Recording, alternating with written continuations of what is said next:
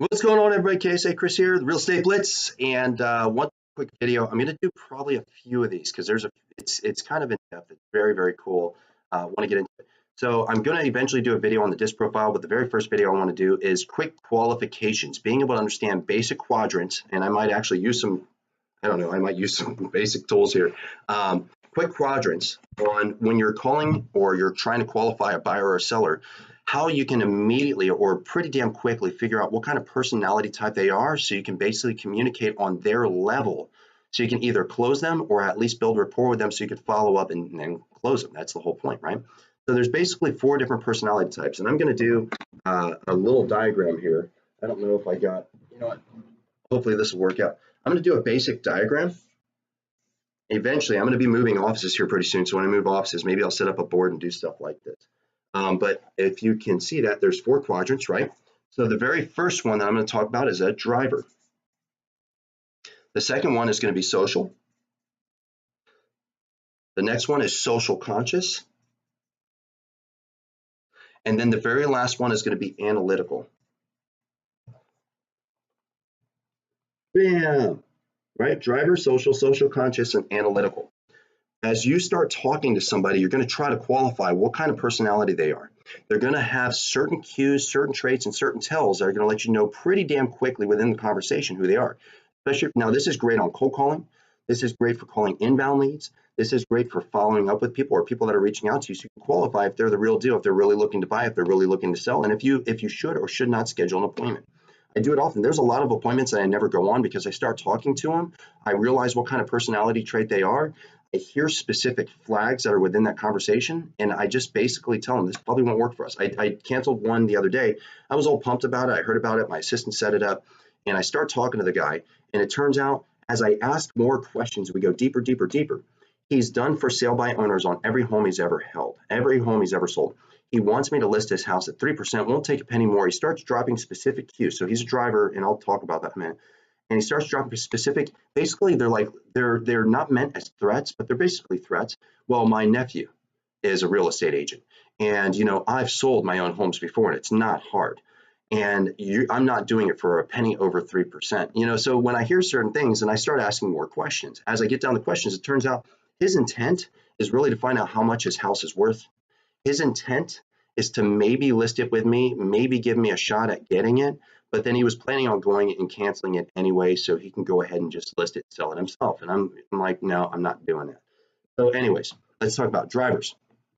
Drivers are literally it is what it sounds like. I'm a driver. I'm a hardcore driver. And when you get into disc profiles, and we'll talk about disc profiles in the next video probably, when you talk about disc profile, I am almost like you have an acting and then you have a true. Okay, when you have personality types. When I'm alone and by myself, I am this type of a personality type.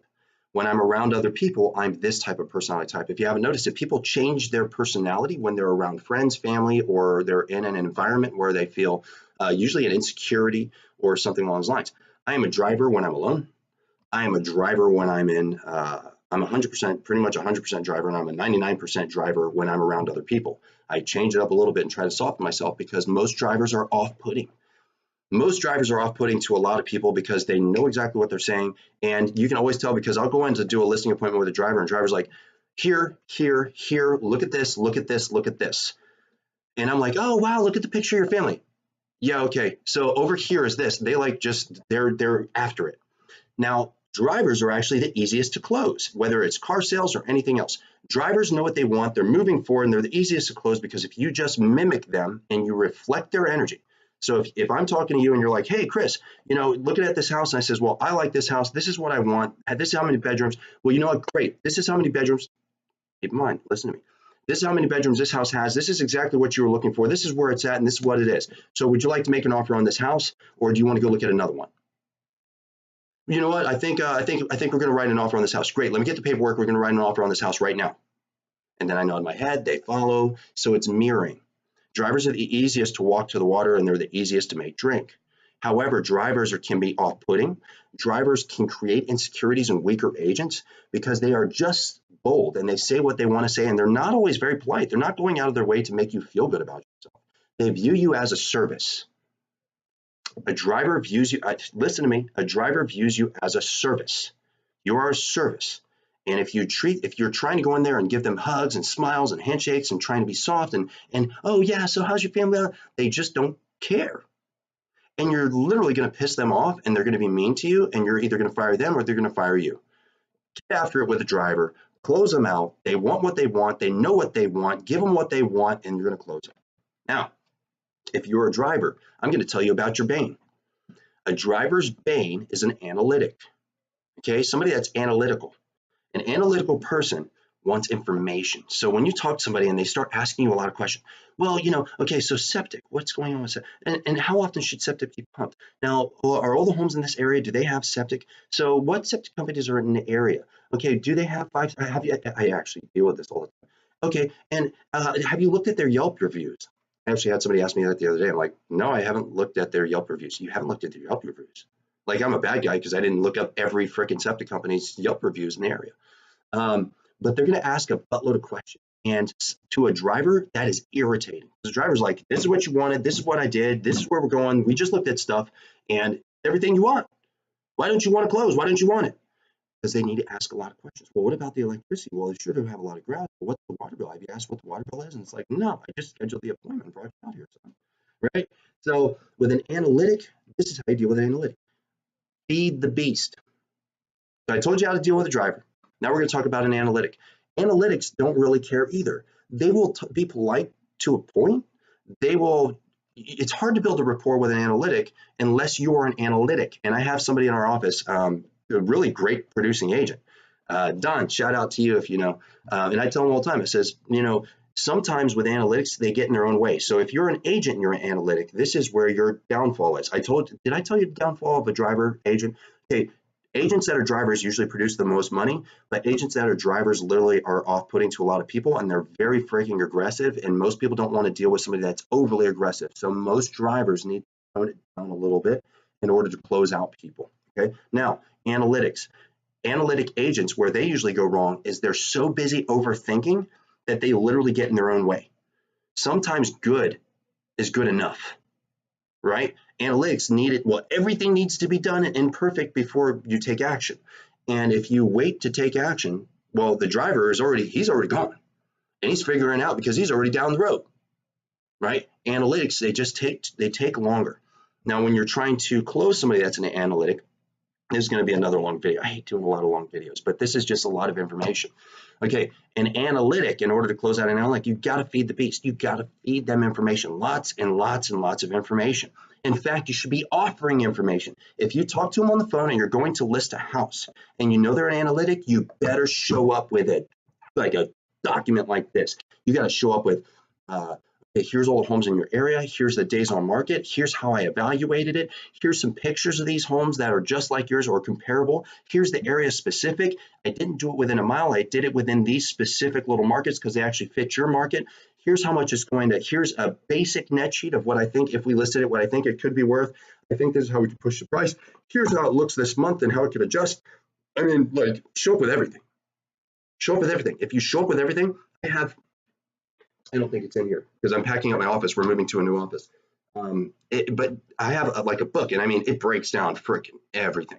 And for different personalities, I change the book. I change it out completely. Analytics, I just feed the beast, and I walk them through it. And they are so pleased and happy. It's not your personality that's always going to close an analytic. It's going to be the content information. The information, the math, the science of it is usually what closes them out. They're like, well, this makes sense. This is what it should be sold for. This is how fast it should sell. And this is the service and the services that you're going to provide. Okay, where do I sign a contract? That's how you close an analytic. Now, social.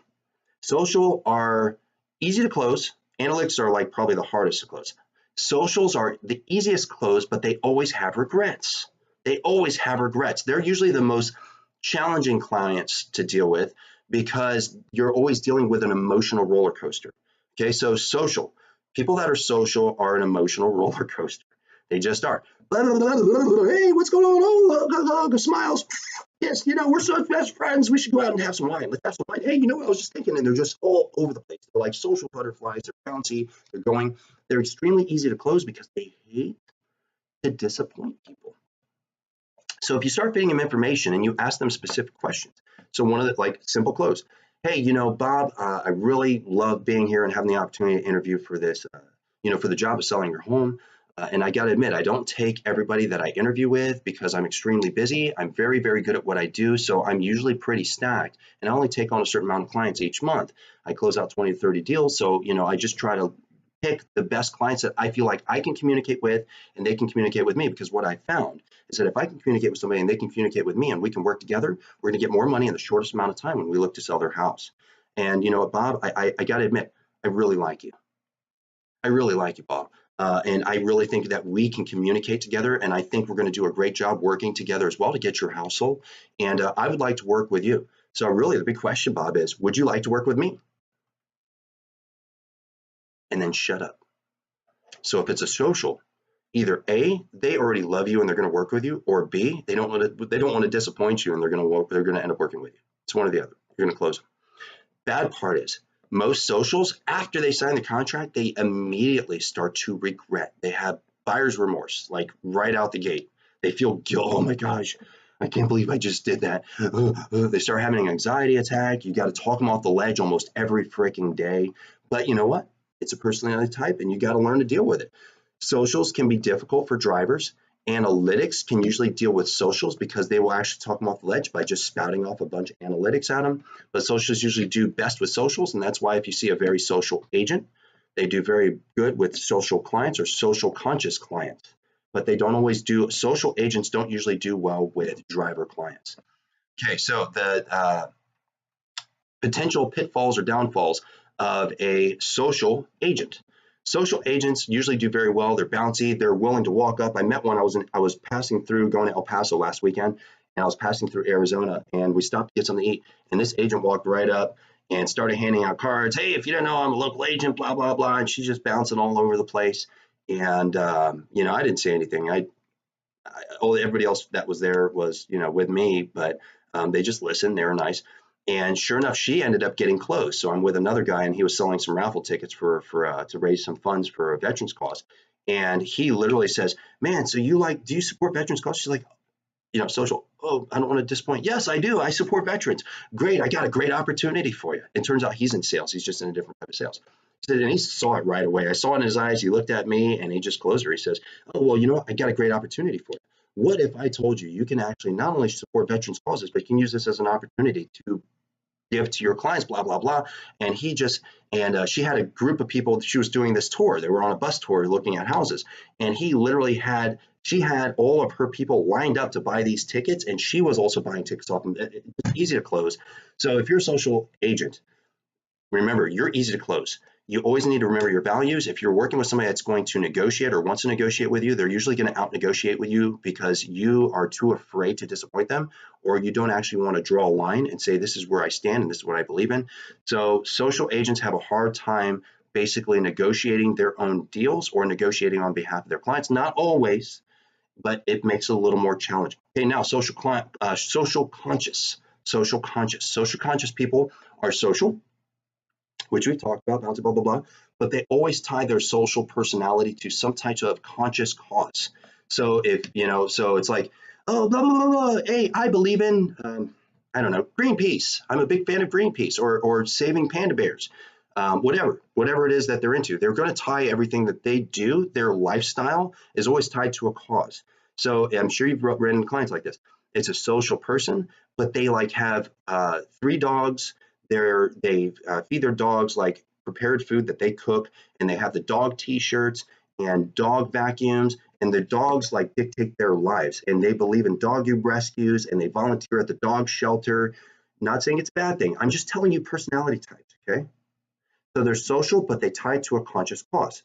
So now let's talk about how to close somebody like that. I already told you how to close somebody that's social. But you basically do the same thing. I deeply believe you always try to mimic. The only person that's really hard to mimic is an analytic. The only way you can please an analytic, like I told you, is you feed the beast, keep giving them information. A social, you basically try to mimic them just like a driver. Okay, you mimic them and you need to become bouncy. Oh, yay, what's up, girl? I don't like hugging people. I'm not a huge fan, but if I'm working with a social client and they feel the need to hug me, then we hug. And, we move forward. And I usually am connected with them in that way. They're easy to connect with. Social conscious, you always want to tie something back. And I do this too. I do have different things that I do charities for. And I'm talking about dog person because it's one of my most previous clients. So we're talking and she says, I saw, Kris, that you just raised $11,000 for the local animal sanctuary so they could put in a new air conditioner so they don't have to put the cats on bags of ice anymore. I was like, of course I did. Because as soon as I found out that during the summer they got to put out all of this ice, and they were asking, which I found on social media, that they were asking people to bring ice so they could keep the animals cool, I knew I had to do something. Because you know what? I love animals, and I do. I have a ton of animals. I got 12 horses and cats and dogs and everything else, right? And they're like, oh my gosh, I feel like I connect with you. I was like, oh no, I feel like I connect with you. So let's talk about your house and getting it sold. And sure enough, tie it to a cause. So when you start talking to somebody, because they're social, you're going to be able to ask specific questions or ask broad questions and try to figure out what are they into, what drives them, what are they tying to, what is their cause. When you figure out their cause, you want to zone in on their cause. And in fact, I don't even talk about their house until I figure out their cause and see if there's a way that I can either relate to them, I can commiserate with them, or if I can basically show some form of empathy towards what they're doing. And then I go back, turn around, and then talk about their house because we've already built a rapport. It's like, I like dogs, you like dogs, great, we're friends, good, let's talk about your house. And that's how you do it. Now, if you're a social conscious agent, I've seen a lot of social conscious agents, and the biggest challenge to a social conscious agent is that they go out of their way to impress or push their beliefs or their causes on other people. And if people don't like or believe in their cause, they get offended. And, you know, it's like, I just want to let you know that when I make so much money off of your house, I'm going to give a portion of it to saving the dolphins. And here's the thing, that client that you're working with probably doesn't give a crap about the dolphins. And they're like, okay, great. And it's actually kind of a turnoff. So you're going out of your way to really push your belief system, and it irritates people, especially in the time culture that we have going on right now. Here it is, crap, 16 minutes. Okay, so anyways, 4 quadrants. This is the easiest way to simplify it. As you start talking to people, listen to the basic driver. Yeah, you know, I'm looking to buy, who is this? What do you want? That's the driver. Like immediately, they're like, wait, who's this? What do you want? Who do you work with? Okay, why are you calling me? That's the driver. Driver. Hello, who's this? Okay, great. So how many deals have you closed? So what about your brokerage? How many deals? So what has it done? Okay, what is your commission? How does that work out? Somebody that's just fire hosing you with questions, analytic. Oh my gosh, thank you for so much. Let's talk social. I like dolphins. Social conscious. There you are. 4 quadrants. Learn them, know them, qualify people quickly, ask a whole lot of questions until you hear what you want to hear. If you hear red flags, always go back, ask more questions to either qualify the person and negate the red flags or realize it's a red flag that you want to deal with. That's all you got today. Appreciate you. Like, share, comment, subscribe to the channel, and I'll start trying to do some more 5-minute videos because I know not everybody wants to sit here for 20 minutes. All right, have a good one. Bye.